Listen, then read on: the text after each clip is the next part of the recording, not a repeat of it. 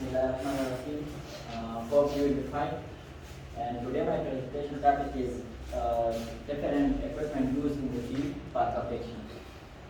We have four members in the presentation. Me, Mr. Muhammad, roll number 71. The other colleague, Misa and Asdullah Muhammad Zulkifar. So I am starting. Before starting the lecture, we first study compaction. What is compaction and why we need compaction? So, as we know, compressibility. There are two different terms used mainly. One is compaction and the other is consolidation. What is the difference between these two terms? As you know, the soil has three phases. One is the soil particle, the other is water, and the third one is air. If we remove the air by adding, the process is known as compaction. As you see here, this is a non-compaction soil. There is a void present here. This is the air. If we remove this air by means of different equipment we study later, so this process is known as compaction. It requires mechanical effort, some effort. It is not this, it is the quick process as compared to consolidation, because we apply the force on this side, and it is a instantaneous process, quick process. The other, if we remove the air, then the side is compacted, and we use for the further. And the other thing, if we remove the air, the sand is being converted to saturated form. When the sand is in saturated form, then we remove the air, water. This process is known as consolidation. I mean, consolidation is later than the compaction. First we compact the sand by removing air, and then we remove the water. This process is known as consolidation. But it is not a quick process. It takes time. Okay. As you see here, this is a load side, poor load support. It can support the load, and this is when it is compacted, it is able to take the load of a building or some roads, etc. Okay. But here we study only compaction. And we measure an every structure, several structure, we first compact the side to densify the side, to increase the unit weight of the side. What will happen when we increase the unit weight of the side? We know a very well-based relationship and geotechnical engineering is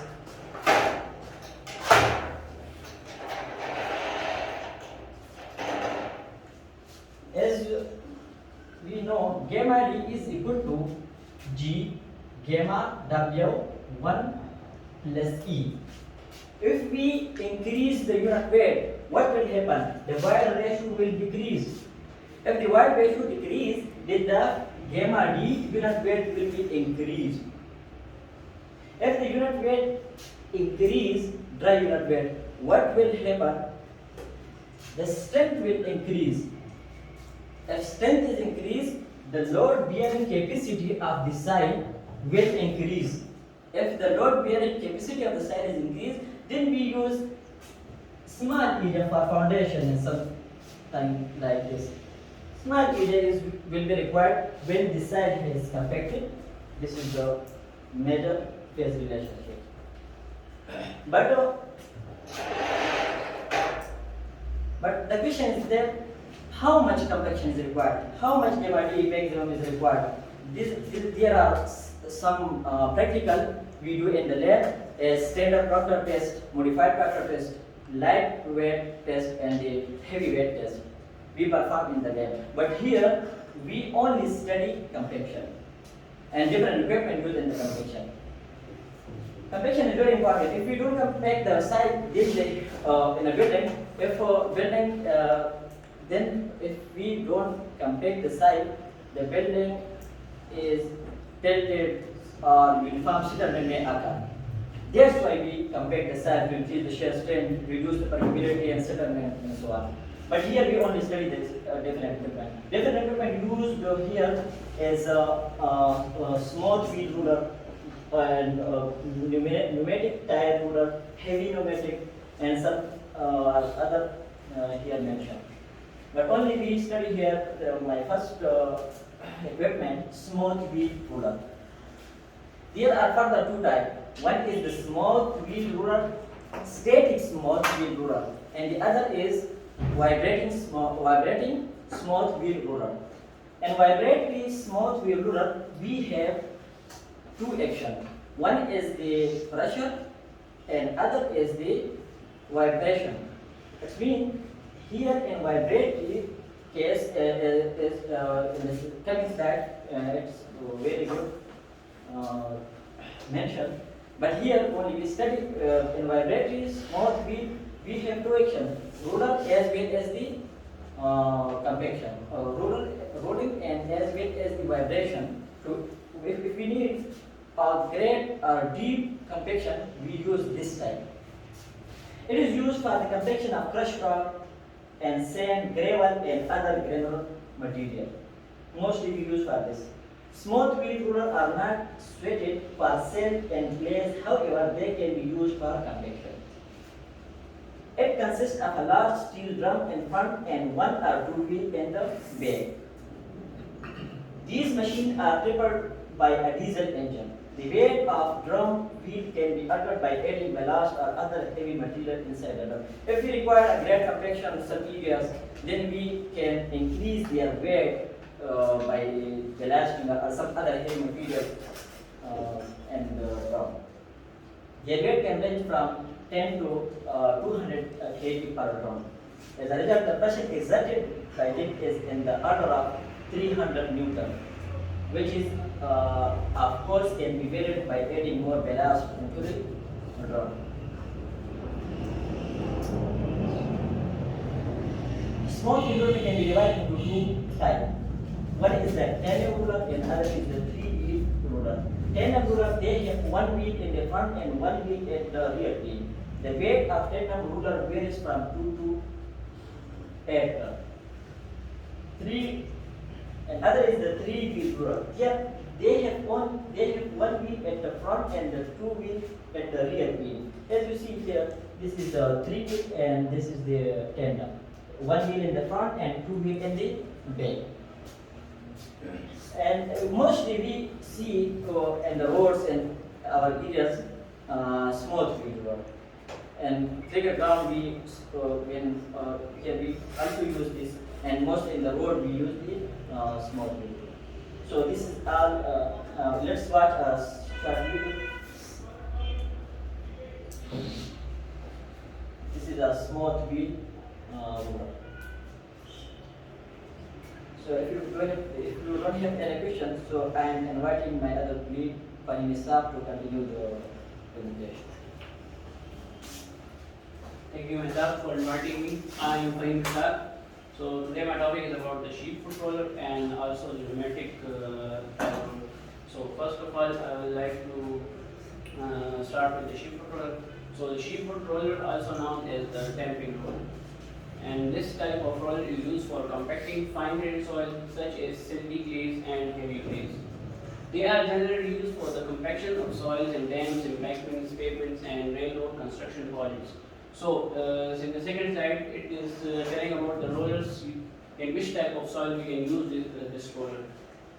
So, the steel drum of Sheepfoot Roller consists of many rectangular shaped boots of equal sizes fixed in hexagonal pattern. So as you can see that it is actually the drum roller but with the sheep foots, as the name suggests. So the sheep foots are actually in hexagonal pattern and are equally fixed size from each other. They are similar to smooth wheel rollers. However, in contrast to a smooth drum used in a smooth wheel roller, these machines have a sheep foot or damping roller in front, while on the rear side they have tires. So as you can see that they are actually the sheep foot, smooth rollers, but with the sheep foot.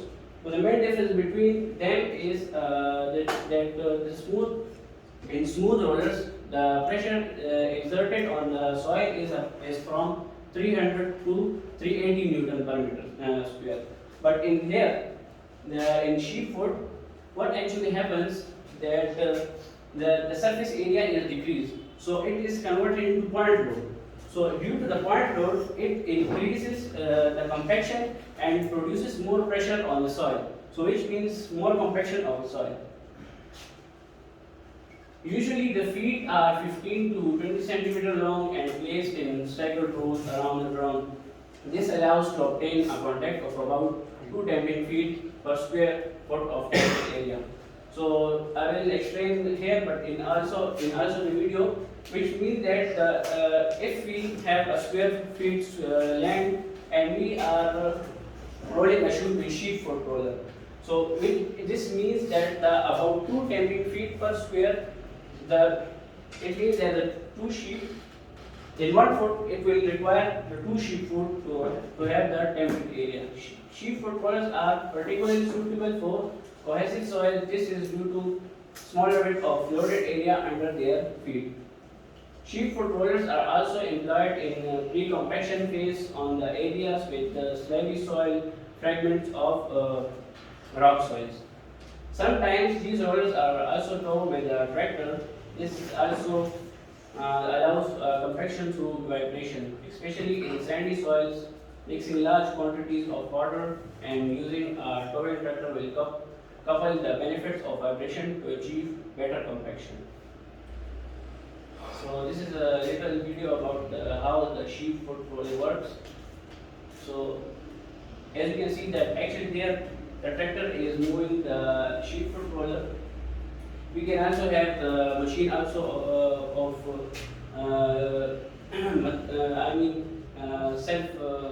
self-starting rollers also. Yeah, so third is pneumatic or rubber tire roller. This type of which is also known as this type of roller compaction equipment is usually self-propelled with smooth tires on 2 axles in an offset arrangement, so that the wheels on one axle tracks are within the gaps between the wheels on the other axle. The mass of the roller is often increased by attaching ballast, and therefore tire pressure is usually variable. As the name suggests, pneumatic, it is the air pressure. So the mass, the tires are filled with air. So the pressure is actually applied in the soil is due to the pressure of the air. The mass of the roller is often increased by attaching ballast. What is ballast? Ballast is actually the addition of, there is not, ballast is like we can use rocks to increase the stability of the machine. Very thin soil with little or no cohesion, for example, silt, sandy, silt, and clay soil compact well when using these rollers. So the pneumatic roller we can use on the thin soils with little or no cohesion. We cannot use it on like coarse grained soils in which we have to need greater compaction. So it is not suitable for the soils. It is generally used for the asphaltic roads, and because they do not want any sufficient compaction, they are not commonly used on soil. Instead, their best use can be found in the area where the surface to be rolled is not rough or steep like asphalt on the roads. The pneumatic tire roller is ideal for compaction of cohesionless or slightly cohesive soil. These soils include gravel, sands, clay sand, silty sands, and even sandy clays.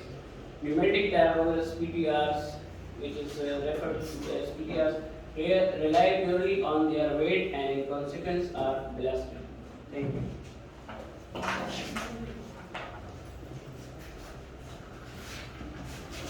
Thank you, Kareem Ishaq, for doing your part of the presentation. Now I will be continuing the presentation. My name is Mohammed Zakifal. So the fourth one of compaction equipment is vibrating drum on smooth wheel roller. So in case of vibrating smooth wheel rollers, the drums are made to vibrate by employing rotating or reciprocating mass. So vibrating drums on a smooth wheel roller are very similar to smooth wheel roller. These are just the upgraded form of smooth wheel roller. these apply more pressure to the soil by vibrating. These vibration can be either by rotating or reciprocating mass. These are inside the wheels of the roller. The vibrations are generated by an eccentric shaft rotating inside the wheel, making it an ideal roller for compacting granular base courses that would otherwise be difficult to compact. So we can use smooth wheeled roller on those soils also, but as it also provides vibrations, it is more suitable for them. These rollers are expensive, so yes, the initial investment is more than the normal or classic smoothie roller, but overall, if we see, it can increase the output of the construction and improve performance. So we can it can become economical, although it is more initial investment. Higher compaction level can be achieved with maximum work. So the compaction level will be high and maximum work will be achieved. Compaction can be done up to greater depth. So as it is also providing weight to the soil and also the vibrations, the compaction can be done up to great depths. Output is many times more than the conventional roller. So as I have said, these are upgraded form of smooth wheel rollers, so it can provide more work. Handheld vibrating plates or rammers. Rammers are machines powered by a powered and hand-steered small machines used for compacting small areas by providing an impact to the soil. So these can either be operated by hand or by some machine. These are used for small areas. Rammer's compactor is used for compacting small area and providing impact load to the soil. So these work on, unlike other rollers which mostly work on the basis of their weight, it works on the basis of impact. We can often see when there are the foundations are to be compressed and it is small areas, it is very suitable in those cases because the area is very small. The equipment is lightweight and can be hand or machine operated. So as I said, they can either be operated by a machine or a laborer can do it by hand. So here we can see this is hand operated rammer. So the laborer is just directing the rammer and the rest of the work is done by the rammer because it is powered by a motor. And if you can see here, it is doing impacts on the soil, making compressing it or compacting it. So it is used for small areas. This is the end of our topic. Hope we've explained it well. And if there are any questions, it will be appreciated. Thank you.